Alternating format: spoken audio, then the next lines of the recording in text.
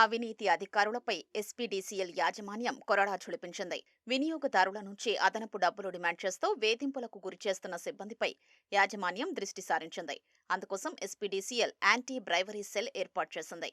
అవినీతి అధికారులపై వచ్చిన ఫిర్యాదులపై ఎన్ఫోర్స్మెంట్ విభాగం లోతైన విచారణ జరిపింది.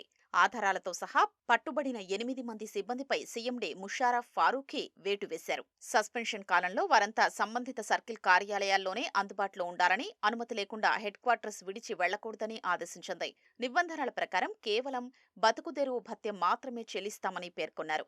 తదుపరి విచారణలో పూర్తిస్థాయి నివేదిక వచ్చిన తర్వాత తుది చర్యలు తీసుకుంటామని యాజమాన్యం స్పష్టం చేసింది. కొత్త కనెక్షన్లు, ప్యానెల్ బోర్డు ఏర్పాటు, ట్రాన్స్ఫార్మర్ మంజూరు వంటి పనులకు ముడుపులు తీసుకున్న విద్యుదుద్యోగులపై దాదాపు 250కి పైగా ఫిర్యాదులు వచ్చాయి.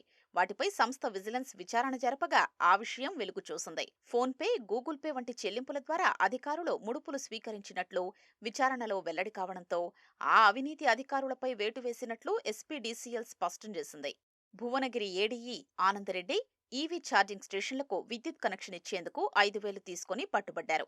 గద్వాల శాంతినగర్ ఏఈ చిన్న సుబ్బారాయుడు తన భార్య ఫోన్పేకి 25,000 బదిలీ చేయించుకుని చిక్కాడు. గద్వాల జిల్లా Alwalpad lineman Shaik Shavali 11 KV line నుంచి జంపర్ కనెక్షన్ కోసం 2,500 లంచం తీసుకున్నందుకు విధుల నుంచి తొలగించారు. మేడ్చల్ జిల్లా Bhagyanagar section AE Shahbaz Ahmed apartment కు ట్రాన్స్ఫార్మర్ ఏర్పాటు, లైన్ షిఫ్టింగ్ పనుల కోసం వేర్వేరు సందర్భాల్లో లక్షలు లంచం డిమాండ్ చేసినట్లు ఆరోపణలొచ్చాయి. వినియోగదారుడు వాయిస్ రికార్డుల్ని ఆధారాలుగా సమర్పించడంతో సస్పెన్షన్ వేటు వేశారు. Sangareddy circle sub engineer Madhusudan అవినీతి, విధి నిర్వహణలో దుష్ప్రవర్తన కారణంగా ఇతడిపై విచారణకు ఆదేశిస్తూ సస్పెండ్ చేశారు.